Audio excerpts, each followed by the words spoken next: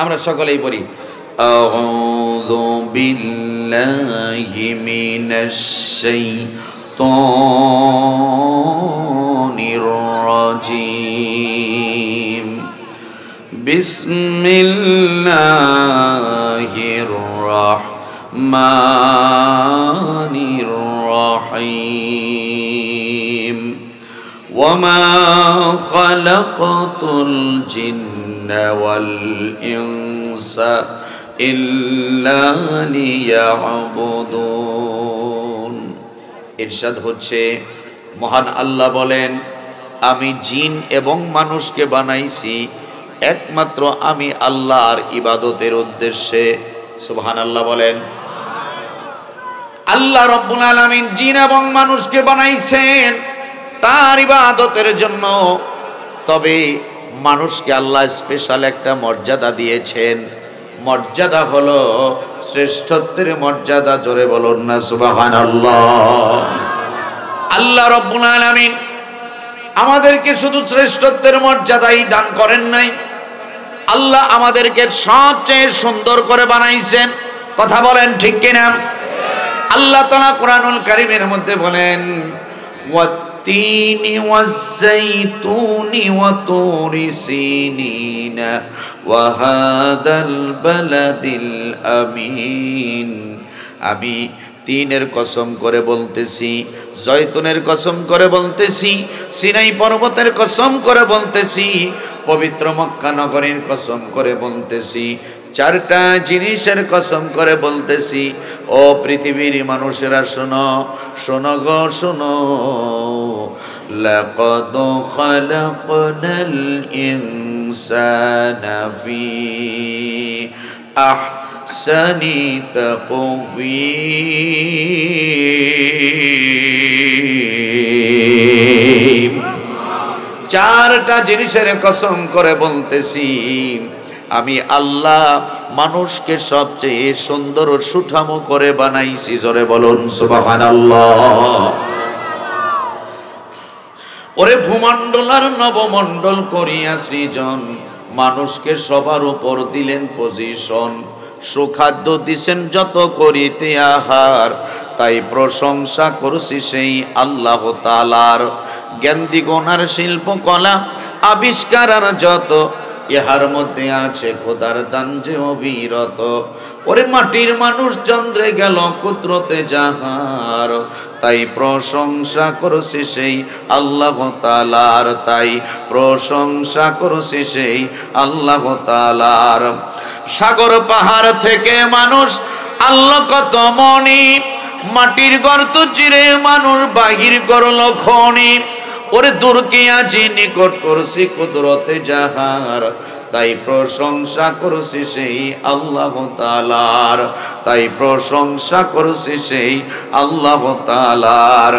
তৃপ্ত মিষ্ট ঝালমু ছালান মধু আর চিনি, মাছ মাংস ফলমূল যে কতই দিলেন তিনি, উদ্দেশ্য শুধুমাত্র বন্দেগী তাহার, তাই প্রশংসা করছি সেই আল্লাহ তাআলার। Every man should have an aim in every work. Without it he cannot prosper in the battle of life. প্রত্যেকটা মানুষের প্রত্যেকটা কাজের একটি করে উদ্দেশ্য থাকে। উদ্দেশ্য ছাড়া মানুষ যদি কোনো কাজ করে সে তার জীবন যুদ্ধে জয়লাভ করতে পারে না। তো আল্লাহ যে আমাদেরকে সবচেয়ে সুন্দর করে বানাইলেন, সবচেয়ে সুঠামো করে বানাইলেন, সর্বশ্রেষ্ঠ মর্যাদা দান করলেন, আল্লাহর উদ্দেশ্য আছে না নাই? সকলে একটু আওয়াজ দিয়ে বলেন, আছে না নাই? আল্লাহ রাব্বুল আলামিন তিনি তার উদ্দেশ্য সম্পর্কে বলেন, ওয়ামা খালাকাতুল জিন্না ওয়াল ইনসা ইল্লা লিয়াবুদুন।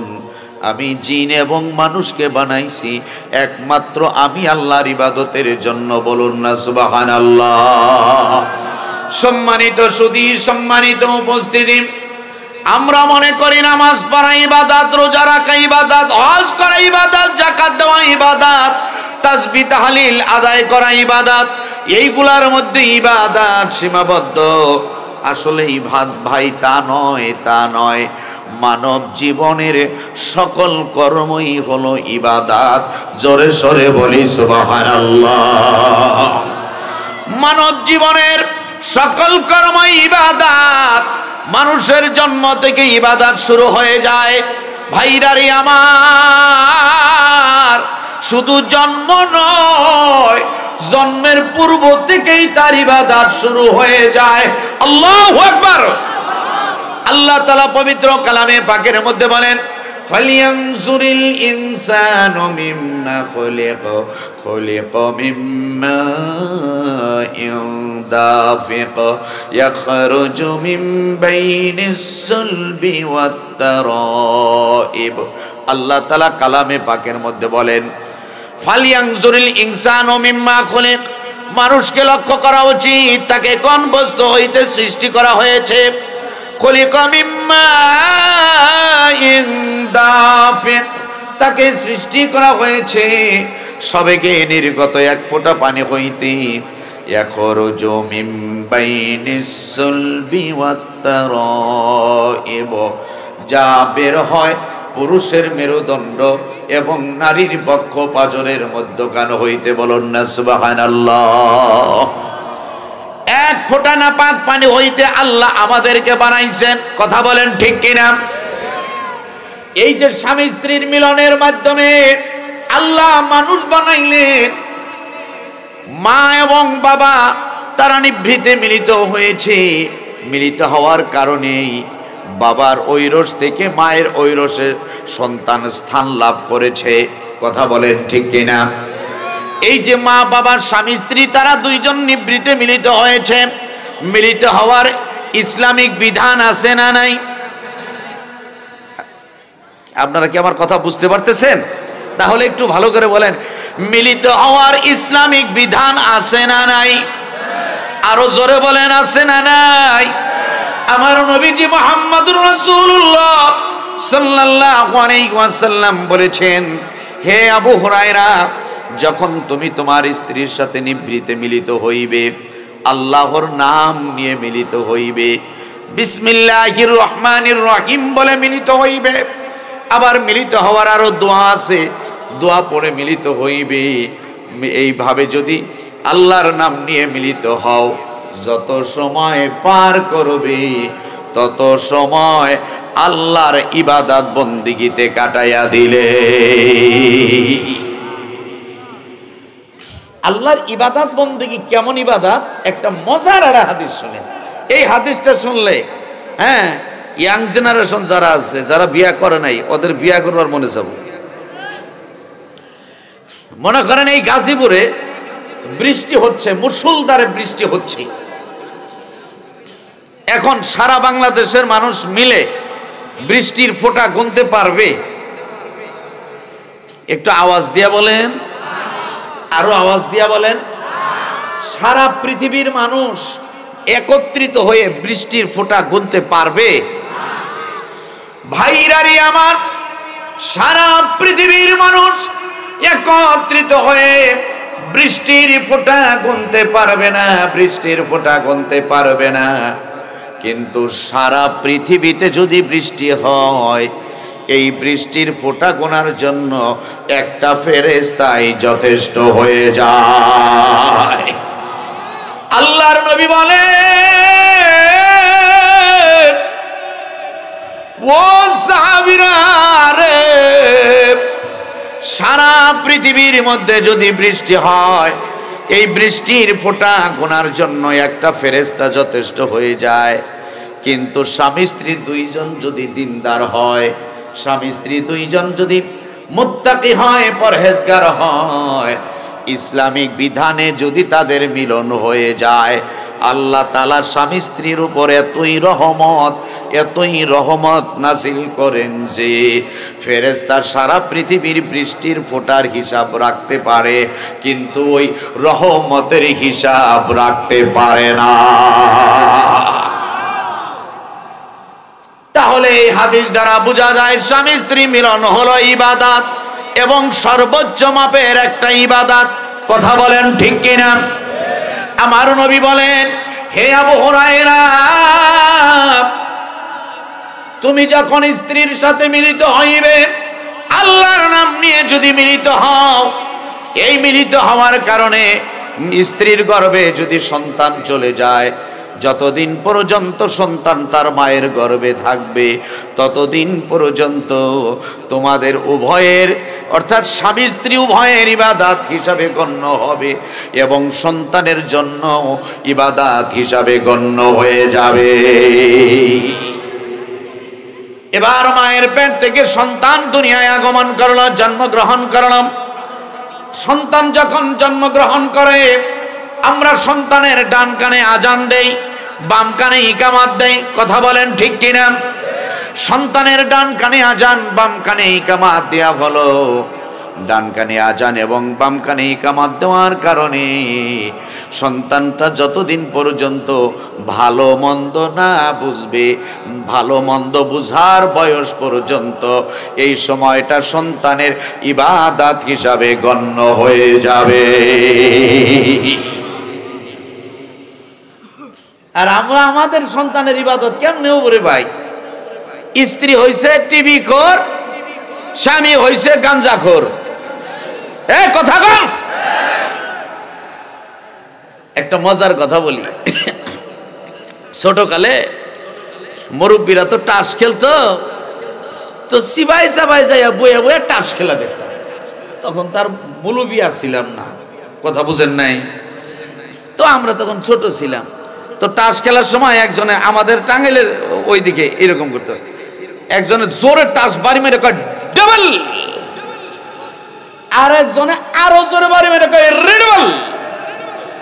শেষমেশে আরেকজনে যে একটা বাড়ি মেরে কয়, আর একটা বাড়ি মেরে কয় তুরুক। ভাই, স্ত্রী হইছে টেলিভিশন খোর, স্বামী হইছে গাঞ্জা খোর। স্বামী স্ত্রীর মিলনের মাধ্যমে যে সন্তান হবো, ওই যে স্ত্রী হইছে ডাবল, স্বামী হইছে রিডাবল, আর স্বামী স্ত্রীর মিলনের মাধ্যমে যে সন্তান হবো তুরুক। কথা বল। ওরে যেই সন্তান জন্মগত বিসমিল্লাতে ভুল, যেই সন্তান জন্মগত বিসমিল্লাতে ভুল, ওই সন্তান নবীর শরাব করবে না কবুল, ওই সন্তান নবীর শরাব করবে না কবুল। জানো যে জাতের দ্বারা করে সেই কাম, ঠিক কিনা? যারো যে জাতের দ্বারা করে সেই কাম, কখনো নিমের গাছে নাকি ধরে আম, কখনো নিমের গাছে নাকি ধরে আম। ঘিত দিয়া ভাজো যদি নিম গাছের পাতা, তবু তো যাবে না তার জাতিগত তিতা। শতমন মধু যদি ঢালো নিম মূলে, তবু নাকি নিম মিষ্ট হবে কোনো কালে। কথা বলেন। ওরে শতমন মধু যদি ঢালো নিম মূলে, তবু নাকি নিম মিষ্ট হবে কোনো কালে। বাপ গুণে বেটা হয়, মাও গুণে জি, ঠিক কিনা? বাপ গুণে বেটা হয়, মাও গুণে জি, গাই গুণে বাছুর হয়, দুধ গুণে ঘি। আমরা আরবি সাহিত্যের মধ্যে পড়েছি, ইন্নাকালা তাজনি মিনাস সাউকিল আইনাব, নিশ্চয়ই তুমি কাঁটাযুক্ত বৃক্ষ হতে আঙ্গুর সংগ্রহ করিতে পারিবে না। তুমি যদি আঙ্গুর সংগ্রহ করিতে চাও, তাহলে আঙ্গুরের বীজ বপন করে নাও। কথা কন।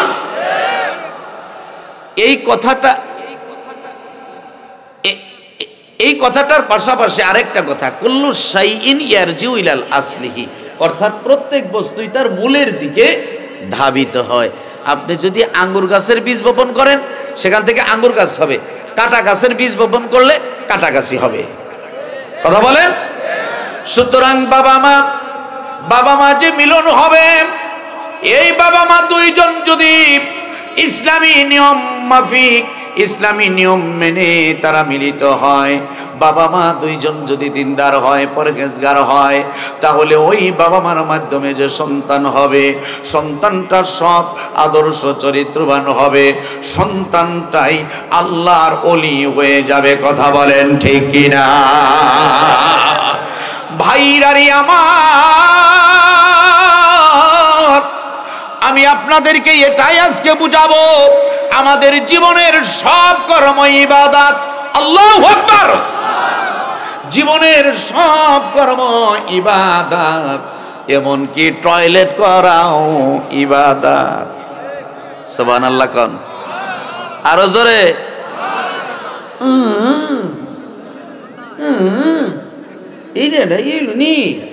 একটু ভালো করে বলেন সুবহানাল্লাহ।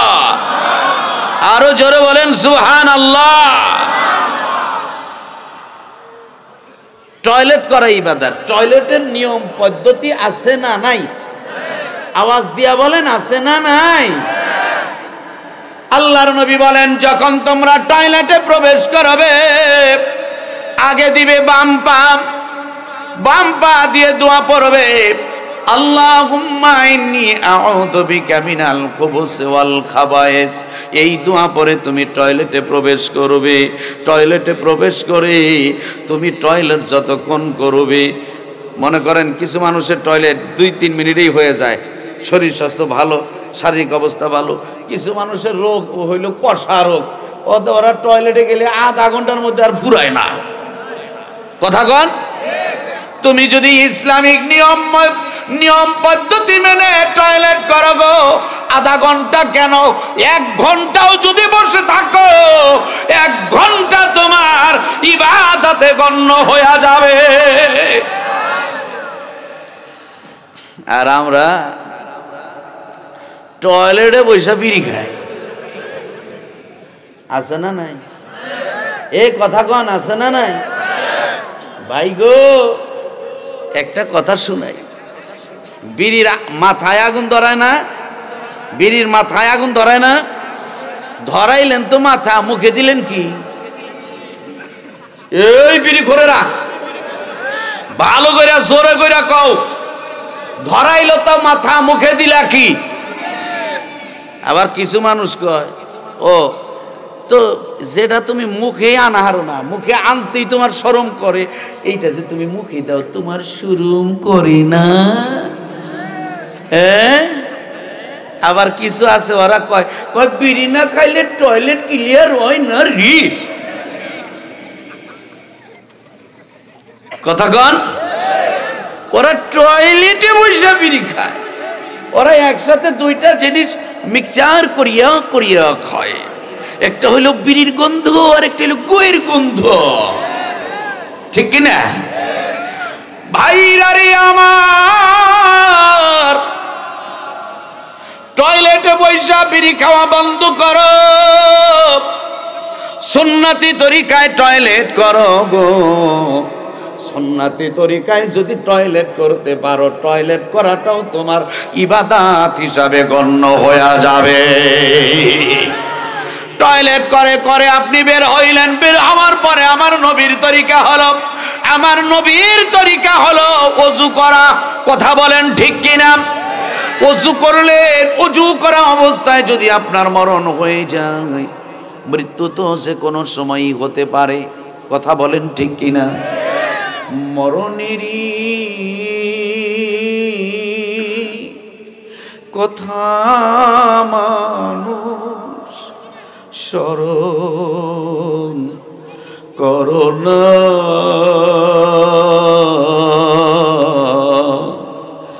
আজরাইলা শিলে পরে কৈফিয়ত মানবে না। ভাই গো, আমার আপনার সামনে যেদিন আজরাইল হাজির হইয়া যাবে, আজরাইলকে যদি বলি, ও ভাই আজরাইল, বাড়িতে যাইতে মাত্র 2 মিনিট সময় লাগবে, আমার যেই প্রাণের প্রিয় মা, আমার গর্ভধারিণী মা, আমার দরদি মা, যেই মা আমারে 10 মাস 10 দিন গর্ভে ধারণ করেছেন, মায়ের কোলে কত প্রস্রাব করে দিয়েছি, মায়ের কোলে কত পায়খানা করে দিয়েছি, মা রাগ করে ঢেল মেরে ছুঁড়ে ফেলে দেয় নাই, প্রস্রাব পায়খানা পরিষ্কার করে মা আমারে বুকে টাইটা দিছে। 2টা মিনিট সময় লাগবে রে ভাই আজরাইল, 2টা মিনিট সময় দে,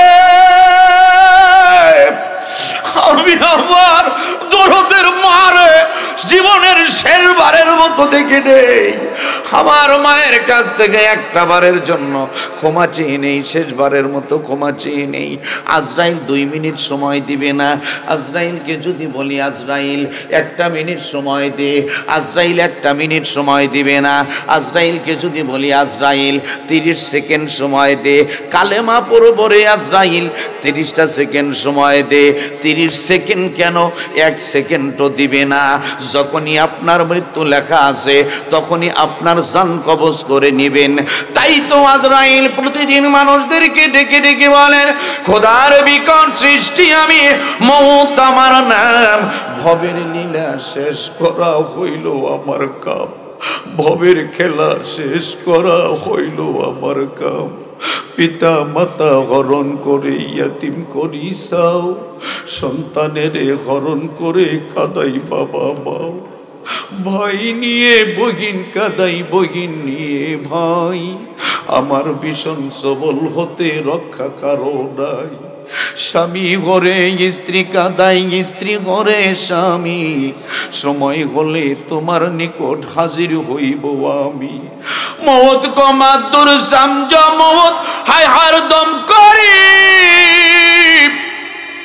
মওত কমাদুর সামজ মওত হায় হরদম করি, तुमको मोहलत न देगी लब फैलाने आएगी, मौत की परवाना जिस गेरी में अबे तेरे सामने, इतना फुर्सत न मिलेगी कुछ महबूबा को देखो ने। আজরাইল যেন প্রতিদিন মানুষদেরকে ডেকে ডেকে বলেন, ও পৃথিবীর মানুষেরা রে, ও আদম সন্তানেরা রে, তোমরা মৃত্যুকে কখনোই দূরে মনে করিও না, মৃত্যুকে কখনোই দূরে মনে করিও না, মৃত্যুকে কখনোই দূরে মনে করিও না, তোমরা সদা সর্বদা নিকটে মনে করবা, নিকটে মনে করবা। কেননা আমি আজরাইল যেদিন তোমাদের নিকট মৃত্যুর চিঠি নিয়ে, মৃত্যুর পরোয়ানা নিয়ে হাজির হইব, ওই দিন তোমরা যতই কাকতি মিনতি করো না কেন, যতই কান্নাকাটি করো না কেন, যতই জোড়াপিত্ত দেখাও না কেন, আমি আজরাইল কিন্তু তোমাদেরকে 1টা সেকেন্ড সময় দিব না। কথা বলেন ঠিক কিনা ভাই গো? তাহলে আপনি টয়লেট থেকে বের হয়ে আসলেন, অজু করলেন, অজু অবস্থায় যদি আপনার মরণ হয়, পবিত্রতা অবস্থায় যদি মরণ হয়, জান্নাতের সম্ভাবনাই বেশি। কথা বলেন আমার ভাইরা রে।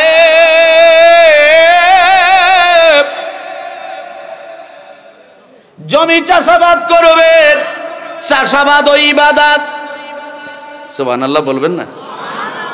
আরো জোরে বলেন, আরো জোরে বলে। এখানে এই বছর দিয়ে 3 বার আসলাম মনে হয়, 3 বার না 4 বার আসলাম। এর আগেও কিন্তু আসছি 2 বার। আপনারা কি দেখছেন আমারে?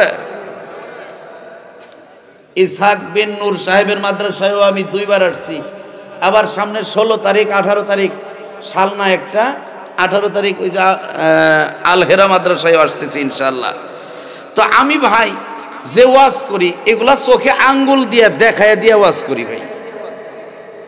আমি অত কেচ্ছা কাহিনীও কই না, আমি অত গভীর জ্ঞানের মানুষও না। আমি বাস্তবতা মানে সাধারণভাবে আমরা যা করি তাই নিয়ে আলোচনা করি।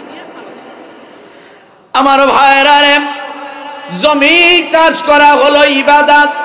সুবহানাল্লাহ জোরে বলেন। জমি চাষ করা কেমনে ইবাদত? আপনি যখন জমি চাষ করা শুরু করলেন, জমি চাষ করার শুরুতেই বিসমিল্লাহির রহমানির রহিম বলে শুরু করলেন, বিসমিল্লাহি তাওয়াক্কালতু আলাল্লাহ বলে শুরু করলেন।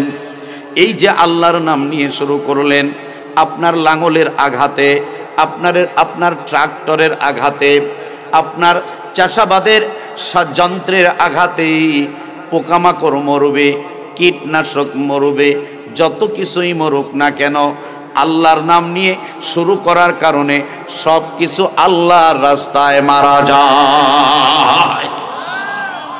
কিন্তু আপনি আল্লাহর নাম নিয়ে শুরু করলেন না, আপনার ডাক্তারের আঘাতে হাজার হাজার পোকামাকড় মারা যায়। কথা কোন ঠিক কিনা? লক্ষ লক্ষ কীট পতঙ্গ মারা যায়। আপনার আঘাতে অনেক কিছু মারা যায়। এই যে মারা গেল, আল্লাহ যদি আপনাকে ধরে বসেন, বান্দারে আমার এতগুলো প্রাণী তুই মেরেছিস, তুই আমার একটা প্রাণী দে। সারা দুনিয়ার মানুষ মিলে যদি চেষ্টা করে একটা মশা বানাইতে পারবে?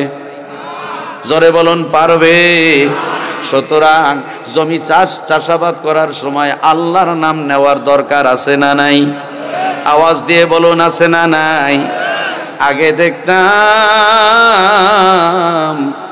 জমি চাষাবাদ করতে গিয়া ক্ষেতের আইল সাটে, কোদাল দিয়ে কাটে না, ক্ষেতের আইল সাটে, কাটতে কাটতে কাটতে কাটতে গুড়ালি বানায়া ফেলায়।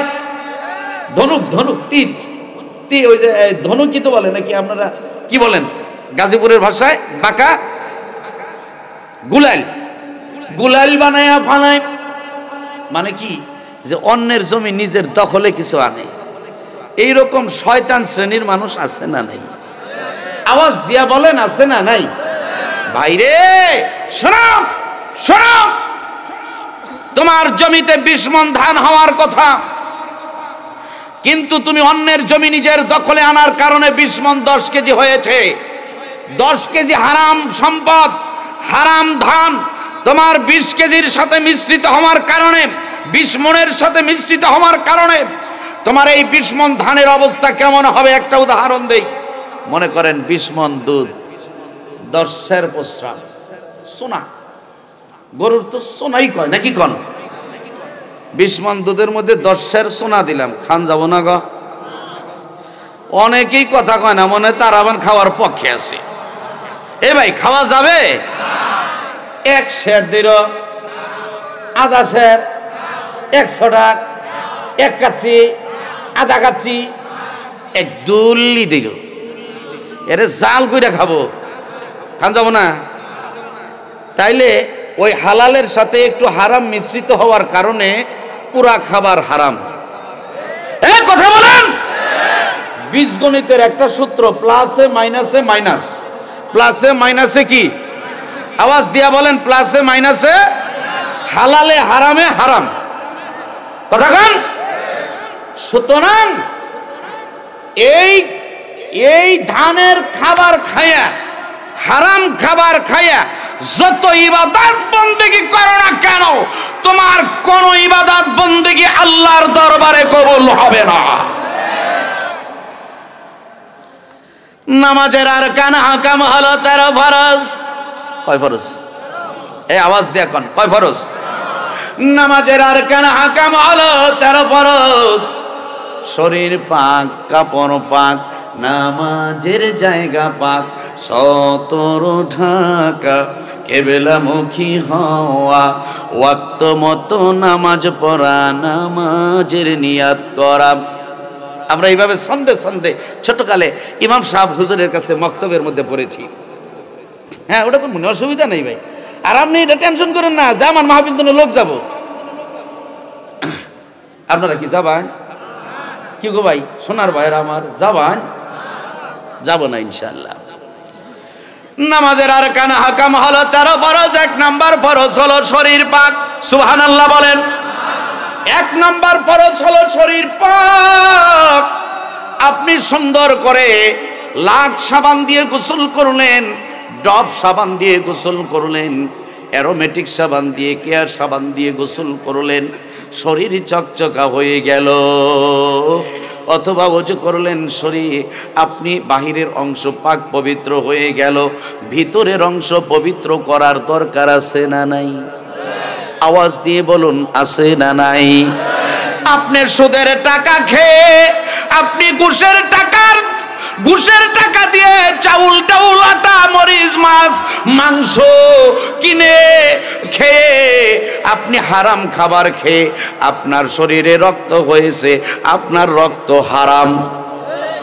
কথা বলেন, আপনি হারাম খেয়ে আপনার শরীরে গোশত হয়েছে, আপনার শরীরের গোশত হারাম। আওয়াজ দিয়া কোন, আপনি হারাম খেয়ে আপনার শরীরের মধ্যে শক্তি হয়েছে, আপনার শক্তি হারাম। আপনি হারাম খেয়ে আপনার ব্রেন হয়েছে, আপনার ব্রেন হারাম। ভাইরারে আমার, বাহিরে যদি নাজাসাত লাগে গো, বাহিরের অংশে যদি ময়লা লাগে ধোয়া যায়, কিন্তু ভিতরটা ধোয়া যায় না। ভিতর ধুইতে হলে তো তোমাকে অবশ্যই হালাল খাবার খাইতে হবে। কথা কোন ঠিক কিনা? যারা অন্যের জমি দখল করো রে, যারা অন্যের জমি দখল করো, তাদের উদ্দেশ্যে হাদিসটা শোনায়া যায়। ক্বালা রাসূলুল্লাহ সাল্লাল্লাহু আলাইহি ওয়াসাল্লাম, মান আকাদা সাবরাম মিনাল আরদি যুলমান ইউতাওয়াকাহু ইয়াওমাল কিয়ামাতি মিন সাবঈ আরদিন, রাওয়াহুল মুত্তাফাকুন আলাইহি।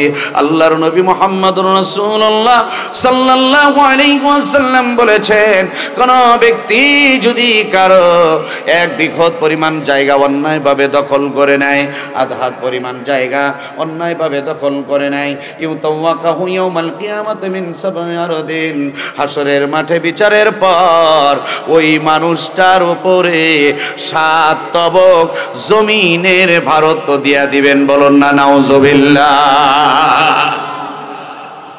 ভাই, আধা হাত জমি দখল করার কারণে যদি 7 তবক জমিনের ভারত আমার আপনার উপর দিয়া দেয়, যারা বিঘায় বিঘায় একরে একরে খাদায় খাদায় জমি অন্যের তার দখল করতেছে, অগর অবস্থা কেমন হবে?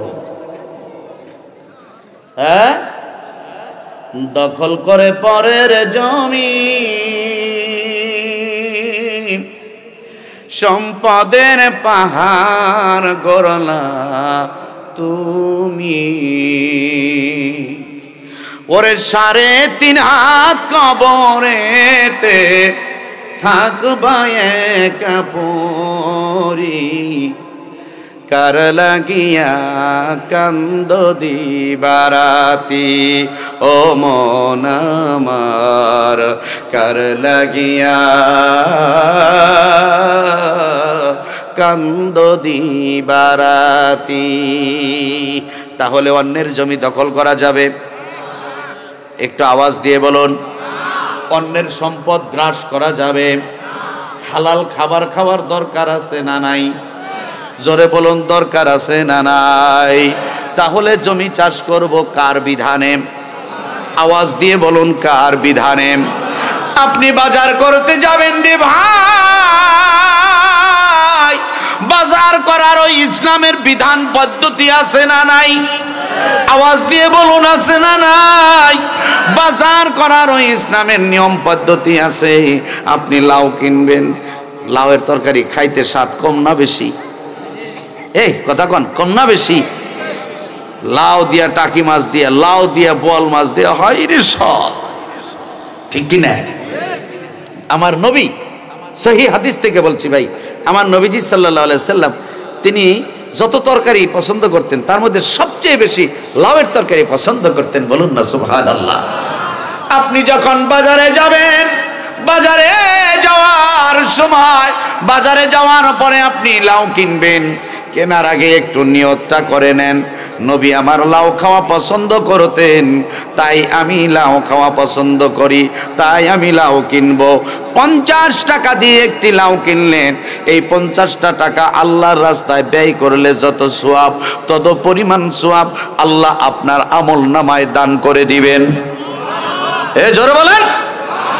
লাউ কিনে নিয়ে আসলেন, আপনার পরিবারের সদস্যদেরকে নিয়ে খাবেন, 10 জন মিলে খাইলেন, 10 জনেই নবীর সুন্নাত পালন করলেন। কথা বলেন ঠিক কিনা? 10 জন মিলে যে আপনি 10 জনে যে সুন্নাত আদায় করলেন, আপনি নিজে কিনলেন, কিনার কারণে ওই 10 জনের পরিমাণ সওয়াব আল্লাহ আপনার আমল নামায় দান করে দিবে। আপনি রাজনীতি করবেন, রাজনীতির মধ্যে আল্লাহর বিধান আছে না নাই? এই আওয়াজ এখন কেমন যেন ওভার চায় না? উবার চায় না। এখন আসল কথাই তো রাজনীতির মধ্যে আল্লাহর বিধান আছে না নাই? জোরে বলুন আছে না নাই?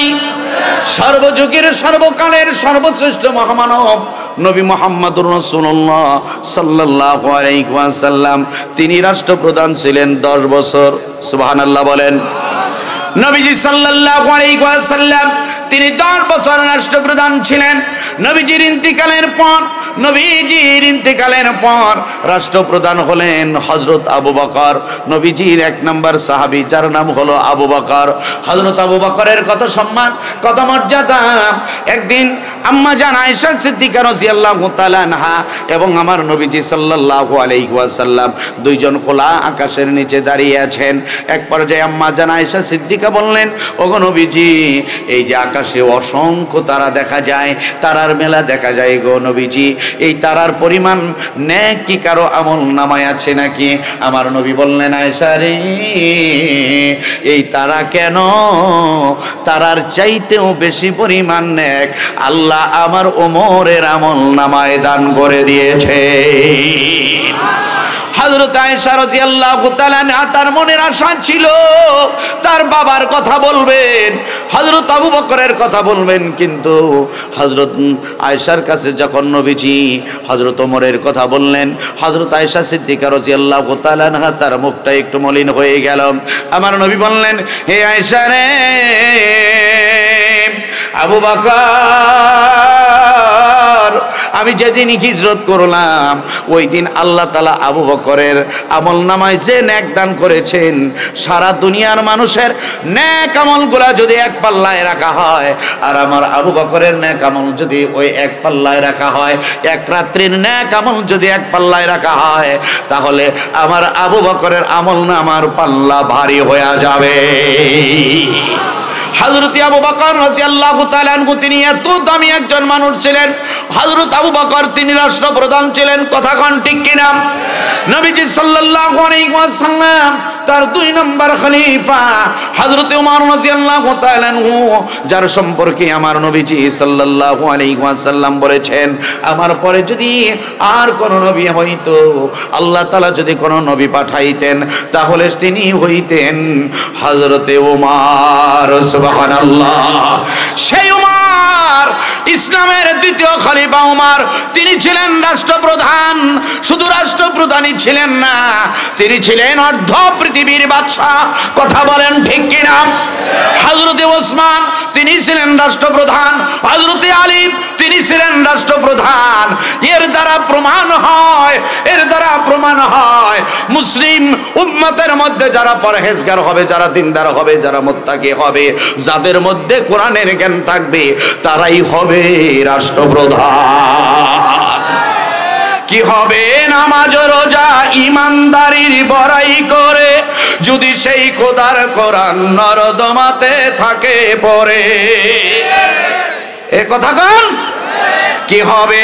নামাজ রোজা ইমানদারির বড়াই করে যদি সেই খোদার কোরআন নরদমাতে থাকে পড়ে।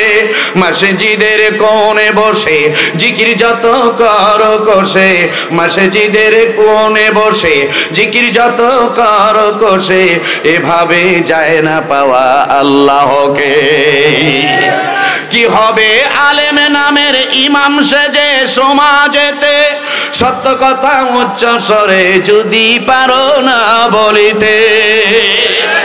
কি হবে? আলেম নামের ইমাম সেজে সমাজেতে সত্য কথা উচ্চ স্বরে যদি পারো না বলিতে। চাকরির ভয় করো যদি ছেড়ে দাও ওই না গদি, চাকরির ভয় করো যদি ছেড়ে দাও ওই না গদি। কি হবে বিবেকটাকে ধোঁকা দিয়ে? কি হবে কিতাবাদির তালিম দিয়ে মাদ্রাসাতে যদি সেই খোদার কোরআন নিষিদ্ধ হয় আদালতে? কি হবে কিতাবাদির তালিম দিয়ে মাদ্রাসাতে, যদি সেই খোদার কোরআন নিষিদ্ধ হয় আদালতে। কাফনের কাপড় মাথায় ময়দানে আয় ছুটে আয়, কাফনের কাপড় মাথায় ময়দানে আয় ছুটে আয়, বিলিয়ে দেই না মোদের জীবনটাকে। আমার ভাইয়েরা রে, আল্লাহর জমিনে আল্লাহর দ্বীন প্রতিষ্ঠার জন্য, আল্লাহর বিধান প্রতিষ্ঠার জন্য আমার নবী সারা জীবন সংগ্রাম করে গিয়েছেন, নবীজির সাহাবীরা সংগ্রাম করে গিয়েছেন। আমরা হলাম নবীর উম্মাত, আমাদেরকে দ্বীন প্রতিষ্ঠার সংগ্রাম করার দরকার আছে না নাই? অথচ আমরা ওয়াজ মাহফিলে আইসা বলি দ্বীন প্রতিষ্ঠার সংগ্রামে রাজি। ওয়াজ মাহফিল থেকে বাড়ি যাওয়ার পরে আওয়ামী লীগের ফ্যাসিবাদ ওদেরকেই আবার ভোট দে।